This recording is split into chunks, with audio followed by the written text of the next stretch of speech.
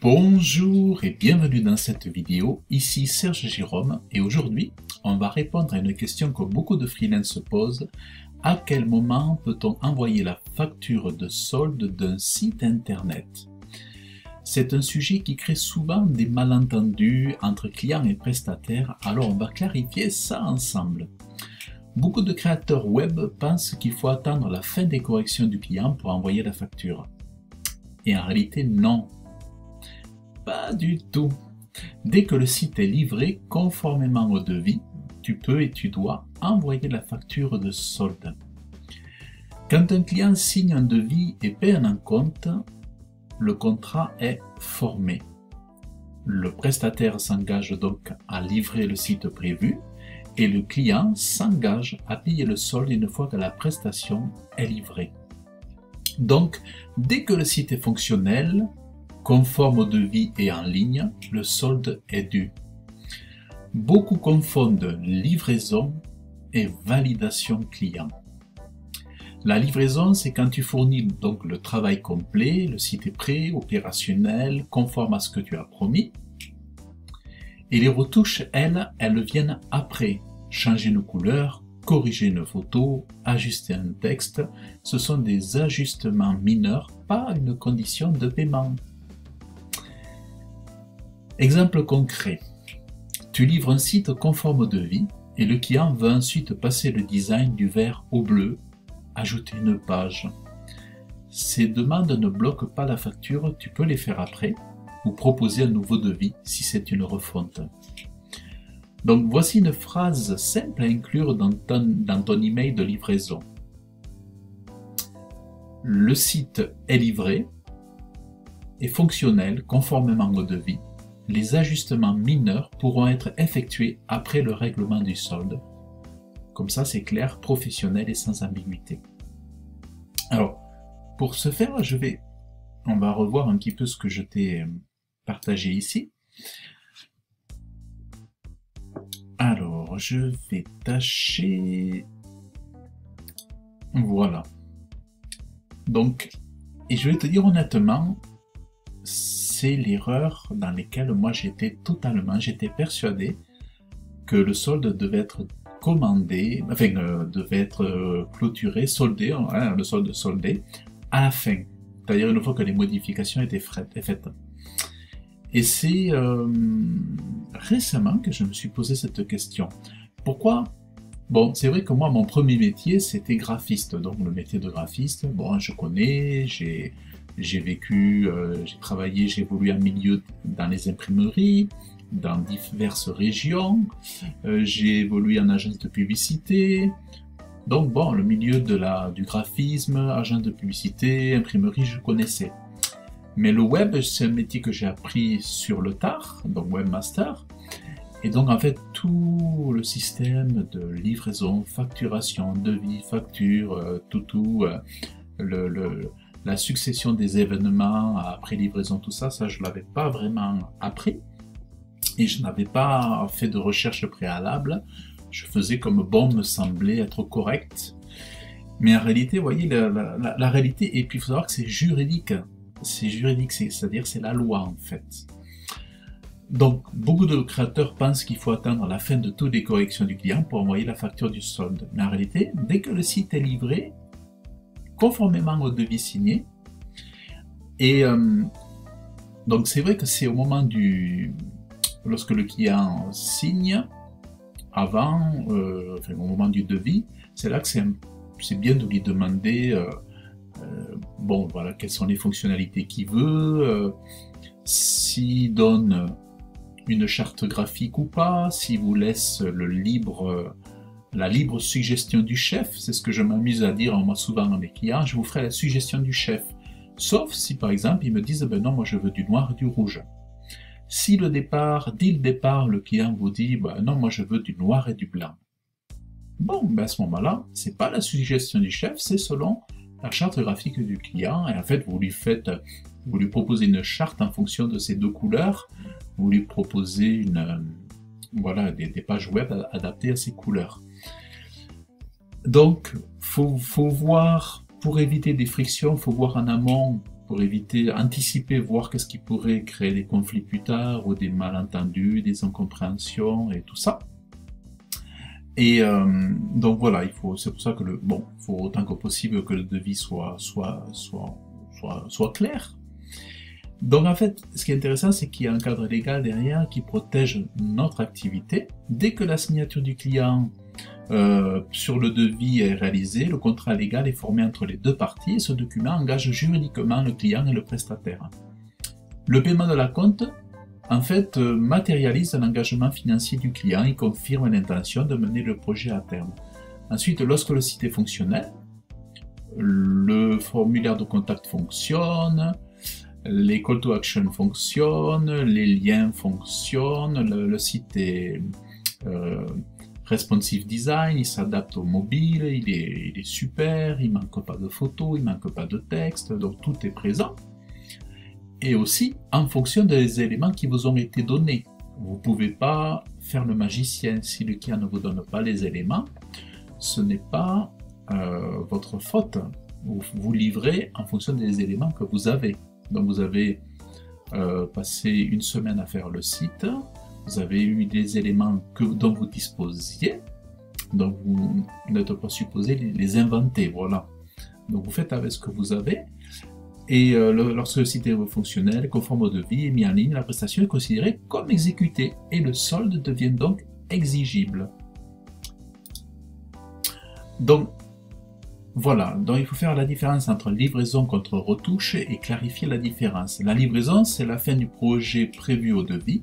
Le site est complet, opérationnel et conforme à ce qui a été promis, et toutes les fonctionnalités prévues sont en place et testées.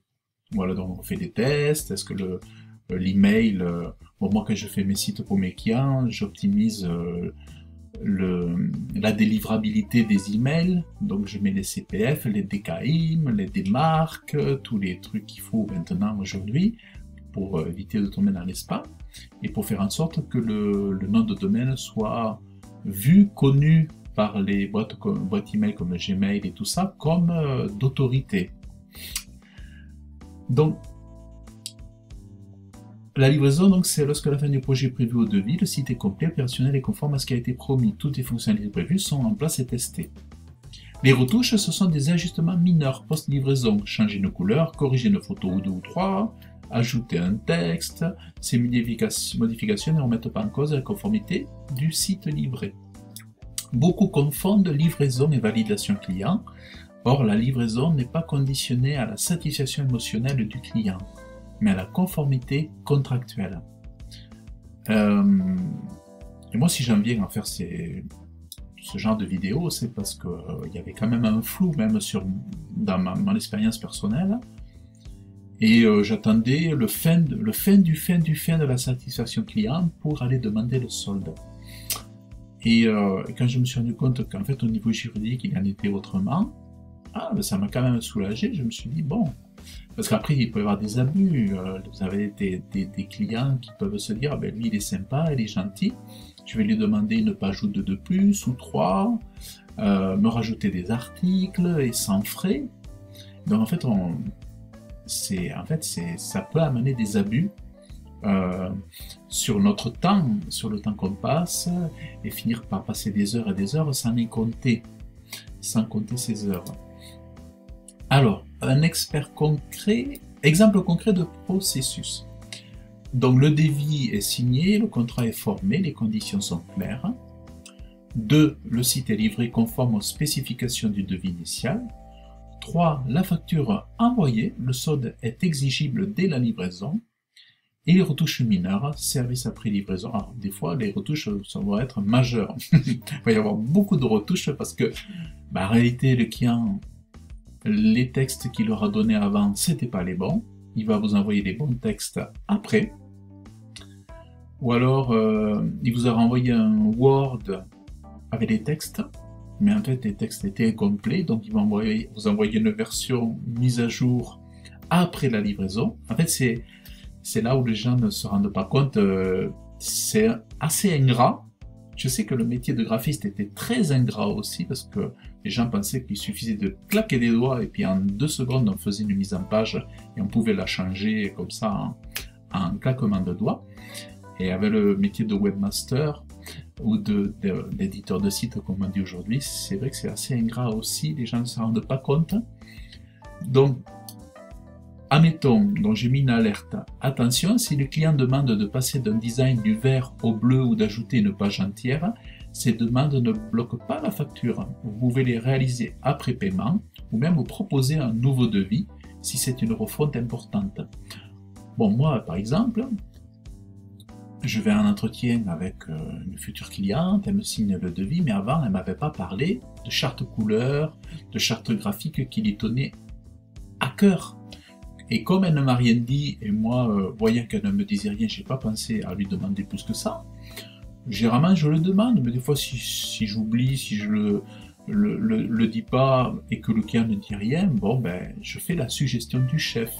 Voilà, ça se comprend un petit peu on comprend que voilà, je vais faire la suggestion. Et puis comme le temps des gens sont courts, parce qu'ils ont leur boutique, leur commerce à gérer, mais même un entretien clientèle, on ne peut pas rester des heures, donc on a une heure, tout juste une heure, et vite, et voilà. Et donc, lorsque je fais la suggestion du chef, je propose un site à un client, je réfléchis à ce que ça puisse lui plaire à elle, à lui, et aussi aux visiteurs et à ses futurs clients, à ses futurs usagers.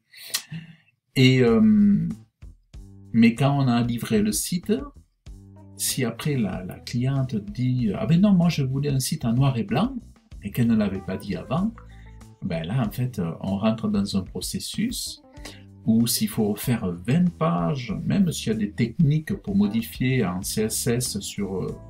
mais bon, ça ne fonctionnerait pas tout à fait, et puis il faut rechanger les boutons, les bannières, la teinte des couleurs des photos, parce que souvent on met des dégradés par-dessus les photos ou autre chose. Donc en fait, quand vous avez déjà créé 20-25 pages et qu'il vous faut refaire toute la charte couleur, faut faire comprendre au client que comme il n'avait pas fait état de charte graphique ni imposé de couleurs particulières, vous lui avez fait la suggestion du chef. Moi, c'est ce que je dis. Hein. Et donc c'est là où il faut être vraiment, il faut avoir une communication vraiment calme, posée, éviter tous les conflits, éviter de rentrer dans les tours et tout ça. Moi j'évite absolument toutes ces choses-là. Et voilà, mais donc en fait c'est vrai que quand on demande une modification de charte graphique de couleur, ben en fait normalement on doit amener le client à lui informer que ça devra faire le fait d'un nouveau devis en fait, voilà.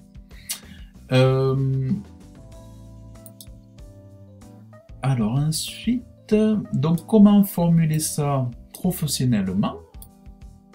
Alors comment formuler ça professionnellement?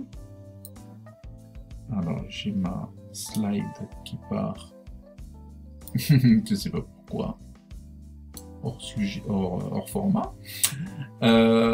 Exemple de message envoyé au client, le site est livré, donc ça voilà, par email, conformément au devis, les ajustements mineurs pourraient être effectués après règlement du solde.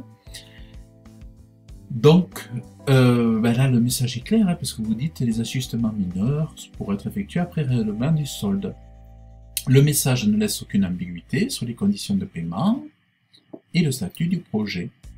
Le ton courtois et ferme qui établit un cadre respectueux pour les deux parties. Donc traçabilité, ça c'est important, la traçabilité. Moi je fais passer souvent mes clients par WhatsApp, mais que dès que ça commence à être tendu, dès que je vois un manque de respect, ou que le ton du client devient désagréable, je lui demande désormais de m'écrire uniquement par email. Je coupe l'accès à mon réseau WhatsApp privé. Un email écrit constitue une preuve de livraison en cas de litige ultérieur. Donc c'est important de garder des traces et d'être courtois tout le temps et de rester d'une émotion froide, je dirais, enfin tout en restant chaleureuse, mais je veux dire froide dans le sens où pas d'excès, pas d'exclamation, ni d'interrogation et tout. Rester vraiment dans les formes.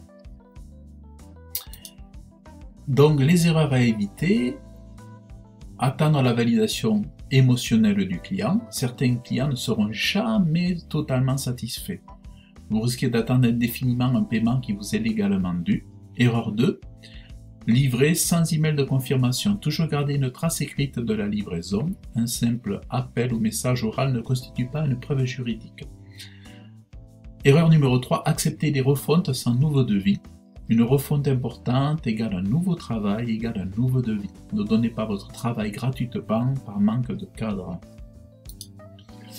Donc le processus idéal, étape par étape, signature de devis, le client valide les conditions, périmètre et le prix, le contrat est formé légalement, livraison du site, envoi de la facture, retouche mineure et refonte éventuelle, mais toute modification importante fait l'objet d'un nouveau devis détaillé, d'un nouvel accord. Et oui, parce qu'on peut pas, on n'a pas eu le temps, on n'a pas eu 4 heures pour essayer de creuser comme en psychologie, voir si le client est plutôt orange, s'il est plutôt vert.